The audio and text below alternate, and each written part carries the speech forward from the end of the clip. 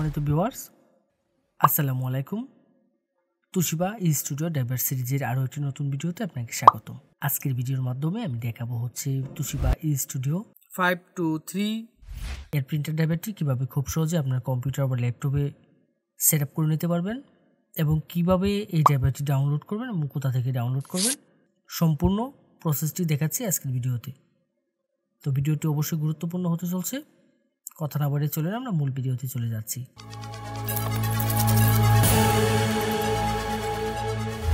প্রথমে আমরা যে কাজটি করব, আমরা এই ড্রাইভারটি ডাউনলোড করে নেব।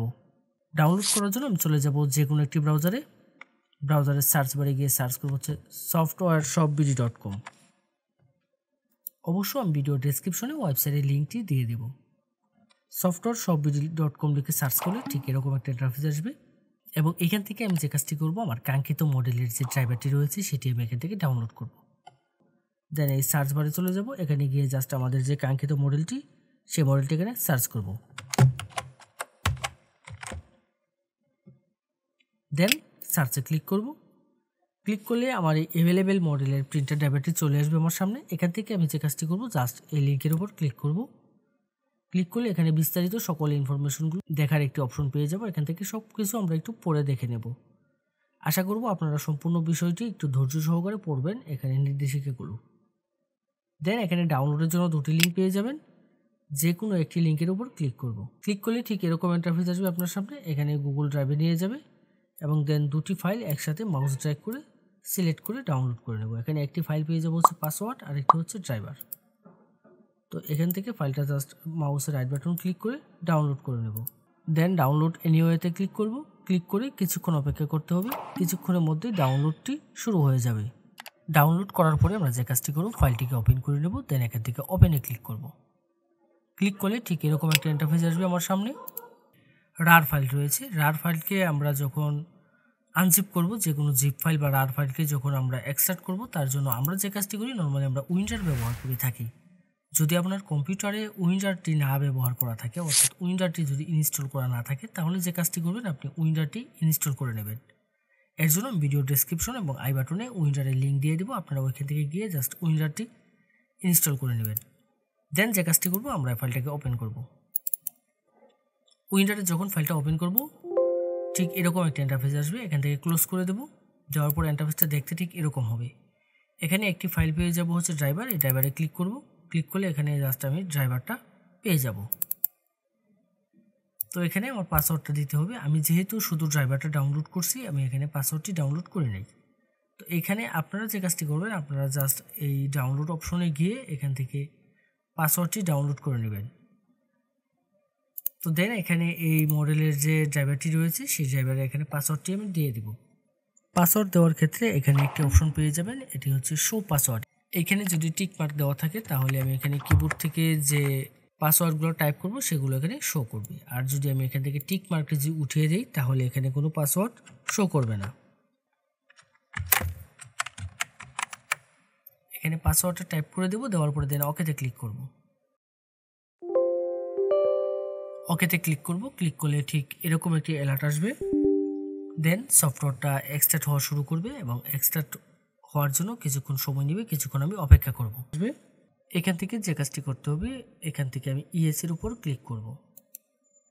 দেন সফটওয়্যারটা এক্সট্রাক্ট হওয়া শুরু করবে এবং এক্সট্রাক্ট হওয়ার জন্য কিছুক্ষণ সময় নেবে। কিছুক্ষণ আমি অপেক্ষা করব।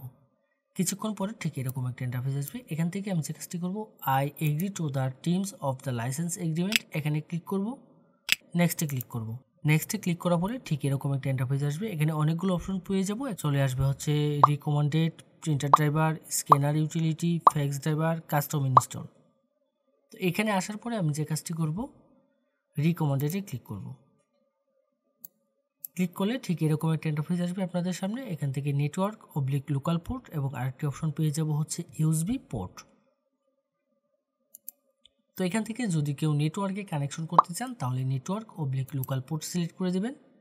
আর যদি ইউএসবি কানেক্ট করতে চান, অর্থাৎ ড্রাইভারটি যদি ইউএসবি কানেকশনের মাধ্যমে কম্পিউটারে বা ল্যাপটপে সেট আপ করতে চান, তাহলে এখান থেকে ইউএসবি পোর্টটা সিলেক্ট করে দেব। তো আমি এখান থেকে ইউএসবি পোর্ট সিলেক্ট করব। সিলেক্ট করে দেন ইনস্টলে ক্লিক করব।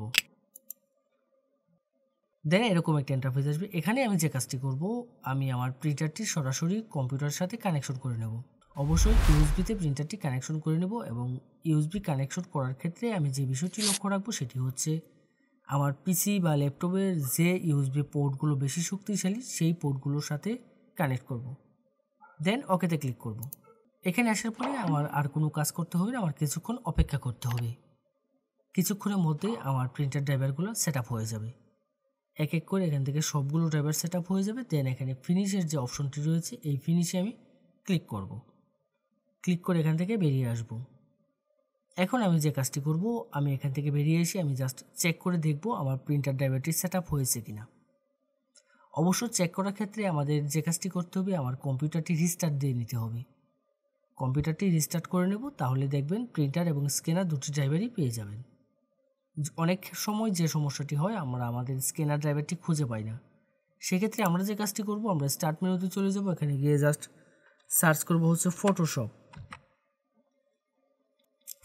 7.0 দিয়ে আমরা স্ক্যান করব। ফটোশপ 7.0 যদি আপনার কম্পিউটার বা ল্যাপটপে সেট আপ করা না থাকে, সেক্ষেত্রে যে কাজটি করবেন, আমাদের ওয়েবসাইটে চলে যাবেন। ওয়েবসাইটে গিয়ে জাস্ট সার্চ বারে সার্চ করবেন হচ্ছে 7.0 লিখে সার্চ করলে আমাদের ফটোশপ 7.0 পেয়ে যাবেন। যে কোনো মডেলের প্রিন্টার ড্রাইভার এবং আপনার প্রয়োজনীয় সকল সফটওয়্যার পাবেন আমাদের ওয়েবসাইটে। যদি আমাদের ওয়েবসাইটে কোনো সফটওয়্যার বা ড্রাইভার আপনি খুঁজে না পান, তাহলে অবশ্যই আমাদের হোয়াটসঅ্যাপে যোগাযোগ করবেন। আমাদের প্রত্যেকটা পোস্টের মধ্যে আমাদের হোয়াটসঅ্যাপ নম্বর দেওয়া থাকবে। এই ছিল আজকের মতো। এরকম গুরুত্বপূর্ণ টেক টিউটোরিয়ালের জন্য অবশ্যই আমাদের চ্যানেলটি সাবস্ক্রাইব করে রাখতে ভুলবেন না। দেখা হবে নতুন কোনো ভিডিওতে।